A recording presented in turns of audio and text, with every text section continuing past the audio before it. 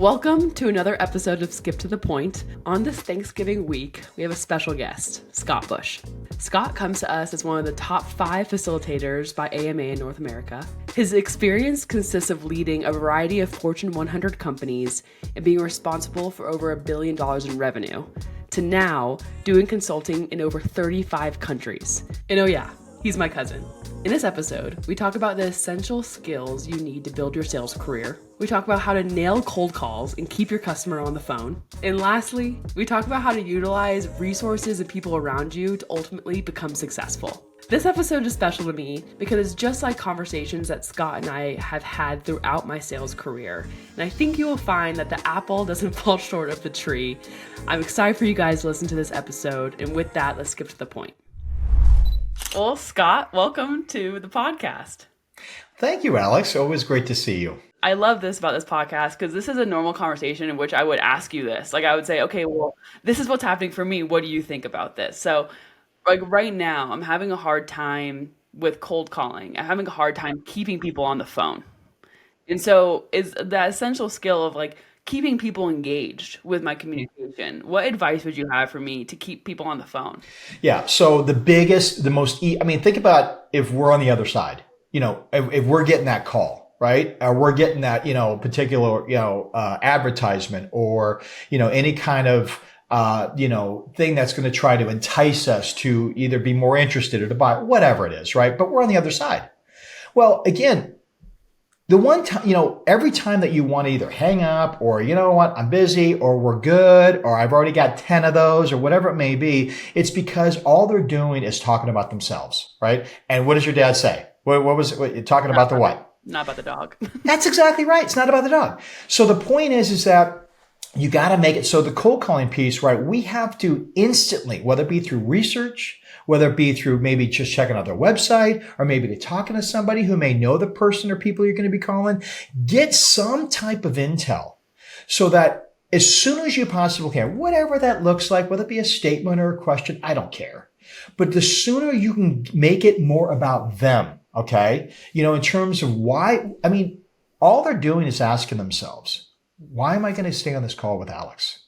Why am I going to continue this conversation? Why am I going to give you another 10 seconds? And the more you talk about them or their business or what they're going through, risks, pain, whatever the heck it is, I don't care. But the moment you get, their issues and their thoughts on the table, that's when they're going to be saying, you know what? That's worth another, minute or two.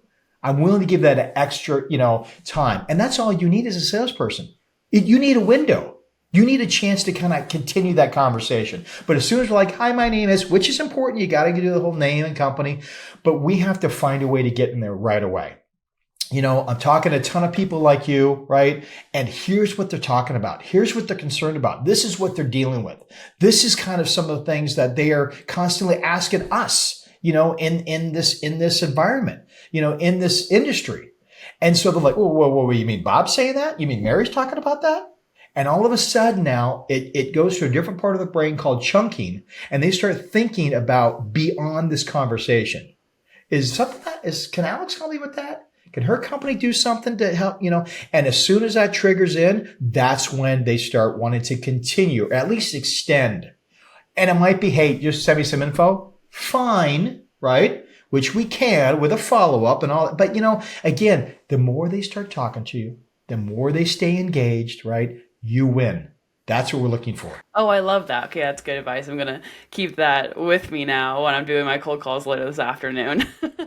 With account executives right now, in this new world of AI and all this stuff, what advice do you have for me when it comes to pipeline, when it comes to deals? Like, what's some common challenges you see salespeople making, or maybe you saw them in the past? And especially when you're going into being a new AE, came from being a BDR. What kind of challenges do you see people making, and what advice would you have for me? It's such a powerful question because it has been going around since, the first salesperson, stepped in front and started knocking on doors, because we at times are our own worst enemy. We get in our own way. And I think the biggest thing that you can do, because listen, we all have strengths and we all have our issues and our challenges.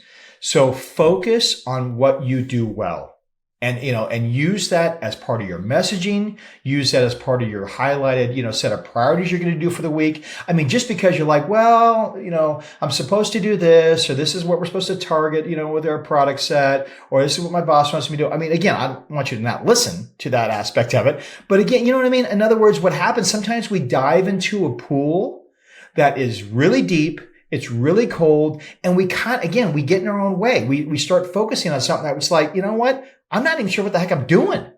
And so we can predict how that's going to go. So again, your foundation, focus on what you do well. Focus on those strengths. That should be the foundation. Now, outside of that, then to your point, we want to make sure that we have a plan. We have a strategy. What's my goal it's that whole Stephen Covey stuff, right? Begin with the end in mind. What's my goal for the week? Who am I looking to contact? What's the target market? Am I looking to gain certain market share within a particular client? Whatever your goal is, and then just backtrack the math. Now say, okay, what specific activities and actionables are necessary to help make that become a reality? But again, it starts with the strengths. All right. And then from there, again, have the plan, have kind of like what specifically am I looking to do and what needs to have happen to ensure that that takes place. And then I would just focus really on ensuring that, you are utilizing the resources around you. I think salespeople feel like, which we know it's true in its own way, but we feel like we're on an island. Like, we're running solo. A lot of people are going back to the workforce, and now they're literally in a room, I don't know, 8x8. And it's like, man, it's really quiet around here. It's kind of eerie. I mean, because we're by ourselves. And it's scary, but we're afraid because it's salespeople. We all have egos, right? So we're afraid to ask, for help and everything. But I would absolutely ask for that help. Look for those resources, whether it be, your manager, whether it be other, peers of yours, any resource that you can, utilize, please, because again, they've been through it as well. And I think when you start reaching out for those, individuals, or just areas where those best practices can really help the cause. In other words, don't get in your own way. Just keep it simple. I think we just make things so difficult. Like sales is hard. There's a lot of competition. Oh my gosh, it's election year. So people are like holding on to their budgets. And so we put those thoughts in our heads that we're like, oh, I just made it 5 times harder. Why'd I do that? You know what I mean? So I just keep it simple. It's probably not the best answer for you, but just focus on your strengths, right? And then ensure that what's the ultimate outcome you're looking to accomplish for that week, and then just work the process backwards. You'll find those moments. You'll find those actionables and those activity measures to ensure that you're getting closer to what you need to at the end of the week. Right. And I love that you said that. That's not bad advice. I thought that was that was great advice.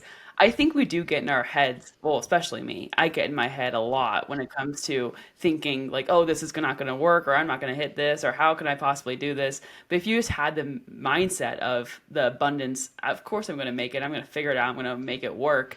Do you find that urgency that we instill within ourselves helps us reach our goals?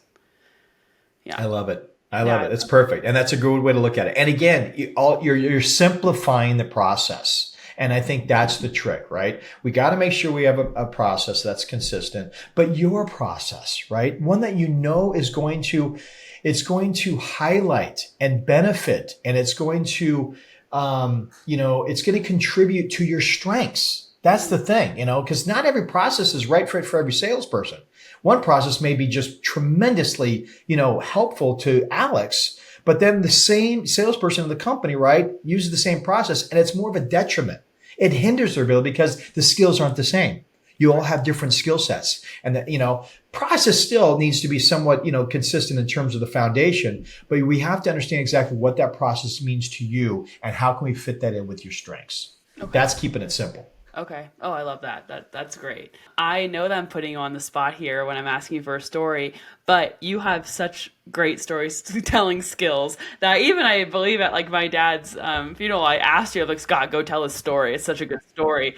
So I know you have such good stories in your career in sales. And so I want the listeners to hear a good sales story and either what you learned from it or what you still joke about now? Yeah, that's, there's obviously a ton. I mean, when you're in sales, it's like you're just a walking movie, and it's just, and sometimes it's a nightmare, on Elm Street or something like that. Other times, it's a Hallmark channel. I mean, whatever. But the point is that, the one that I just, and it's one of the first stories I ever had when I got to sales. And I'll never forget, I told your dad the story, and he loves it. He loved it to death. And he would always tell the story, even, he's like, oh, my nephew, when he was doing training. So it was one of the first weeks on the job. You go through HR and everything else, and you got your insurance plan, all that. But now it was go time. So I working in LA, Los Angeles, downtown Los Angeles, mid-Wilshire district. So you had all the high rises and the whole thing. So my manager brings me, again, I'm all set up. I got my passwords all ready to go. Okay, I'm ready to go, and so manager brings me over and he says, hey, Scott, come to my office, which is never a good thing when you hear that. But it turned out to be okay. I had still another job for another week. But the point is, he brought me in his office and he brings me and I'm ready to sit down. He goes, no, I want you to stand up. Please come over here. He had this big old window in his office. And he said, all right, I want you to look out there. See in the east out there? There's one pretty large building I want you to focus on. I'm like, okay. Yeah. And he goes, you got it? I go, I got it. He goes, okay. That building there, Scott, okay, for you, okay, is your territory. Like, okay, okay, so I see. So you want me to focus on that building first, really kind of hit it hard, right, and kind of find out what my options are, and then move on to the next building, like down the street, right, because my territory, LA-based. No. You see, that building is your territory. I'm like, excuse me? So I was in telecom, right? And so, obviously everyone's got phones and the whole thing back in the day and all that. And so that was it. I mean, he goes, now, once you exhaust and you get a specific type of, goal that we have in terms of, the market that you're going to be able to produce out of that particular building. Now, granted, it was a big building. I mean, it was big, I don't know, 40 floors, something like that. But the point is that I had to find a way. And by the way, these buildings, security, all over the place, no soliciting signs like every other 5 feet. I mean, the whole thing, right? So I had to find a way, and you got to get creative, right? I mean, obviously overcome fear, because it's like, that's my world right now, is this building I'm looking at. But you know what? Found a way to become friends with the security guards, right? Maybe bringing bagels, it's like, I was like, hey, Scott, what do you got for me today? In other words, just let me through. Let me get into, floor number 5. I'm trying to get 5. So whatever. But that was the whole thing. And it was my first story. It was crazy because, now we knew the toughest jobs, I think, was stockbroker, in the boiler room in terms of sales. And the second toughest was telecom sales. So I jumped right into the lion's den, right? But I found out very quickly, that was it. Building, territory, go for it. Wait, so how long did it take for you to get into the building? So, yeah. I would, it seemed like forever, but it was absolutely a good week. No doubt. Just to get into the darn building. So, you're driving around going, okay, I'm losing my job in at least a couple of hours here. I'm toast. But but that's what my manager was, by the way, one of the greatest managers I've ever had. So thank God I started really with them. But it was just like, Scott, I want, it's your process, nobody else's, but you need to figure it out. And, with bumps and bruises and, nights where I'm like, I'm not going to sell one thing in my entire life. It was just all of those moments, but that's what they wanted me to break through was my, mind over, anything else, and just find a way, get creative, have fun. And you're right. All of a sudden now, I think what happened was, I think one of the security guards is like going, are you stalking us or something? It was funny. It's like, what are you doing? Like, do you work here? It was just weird. And so that's when I was just like, oh, hey, like, in other words, it became more of a friendly face as opposed to how the heck am I going to sneak past these guys? So it was just a wonderful thing to say, I'm like, well, here's my thing. Okay. And I told the same story that I just told you. Yeah. And they're like, you know what? They're human beings. They got heart. And they're like, all right, tell you what, I'm like, we'll give you a half hour, see what you can do. Or, whatever it was. They gave you a window. And they said, but we want you back out here. So after that, it was just, now it's more jokes than it was like, I got a job to do, and made it fun. And it's a great story. As they say, the rest is history. Yeah, it's a great story. And I'm so happy you brought up this story because I tell everyone this story as well. But I tell everyone this story because I think there's two big things that people can learn from it. The first one is, like, I'll tell you a story. I think I might have told you this, but or I posted it on LinkedIn. But my husband and Shaw and I went to go to sushi a couple months ago, and typically this place is like packed. And typically we go and we sit at the bar because that's like the little secret. You don't have to wait like 45 minutes for a table. You can sit at the bar without a reservation, and it's fine. So we typically just go and we scoot in past, the receptionist desk, and then we sit down at the bar. So we did the same thing. It's packed, it's Friday night, and we go and sit down at the bar. And the guy working goes, "Oh, you can't do that. Do you have a reservation?" And we're like, No, I thought this didn't require a reservation. And he was like, No, you have to wait. And so we thought maybe they changed their policy, something happened. And so we're waiting, and then we see a new person come up to, that front desk. And we kind of get the gist that this guy's new. And so my husband goes up to the person and says, "Oh, we're just going to sit at the bar." And she goes, Yeah, go ahead. And so what I learned from that story is it's not a no. You're just not talking to the right person. Love that. And I feel like that's really similar to what you may have found out. Like when someone's like, "No, you can't get in here. You can't get in here." It's not a no. You're just not talking to the right person. That's right. I don't know. Again, I'm going to butcher the statistic, but it's constantly out there where the most successful salespeople today, right, are the ones that actually, get the order after the fourth or fifth no. You know what I mean? So it's the ones that hear no, like, okay, I'm out. Okay. They said, don't ever come back. Okay. Gotcha. I mean, now granted safety first, but I mean, to your point, you're right. It's not a no, and it's just that you're talking to one person. I love that. That's a great tagline, and it's so true. It's so true. I love that. Very cool. Love that. Well, it's been so great having you on this podcast, Scott. I'm so happy you were on this. I really enjoyed this conversation. I think my cheeks hurt from smiling and laughing so much. But thank you again for being on. My pleasure. Always, Alex. It was great seeing you and talking with you. And I know this will be many more to come between the two of us.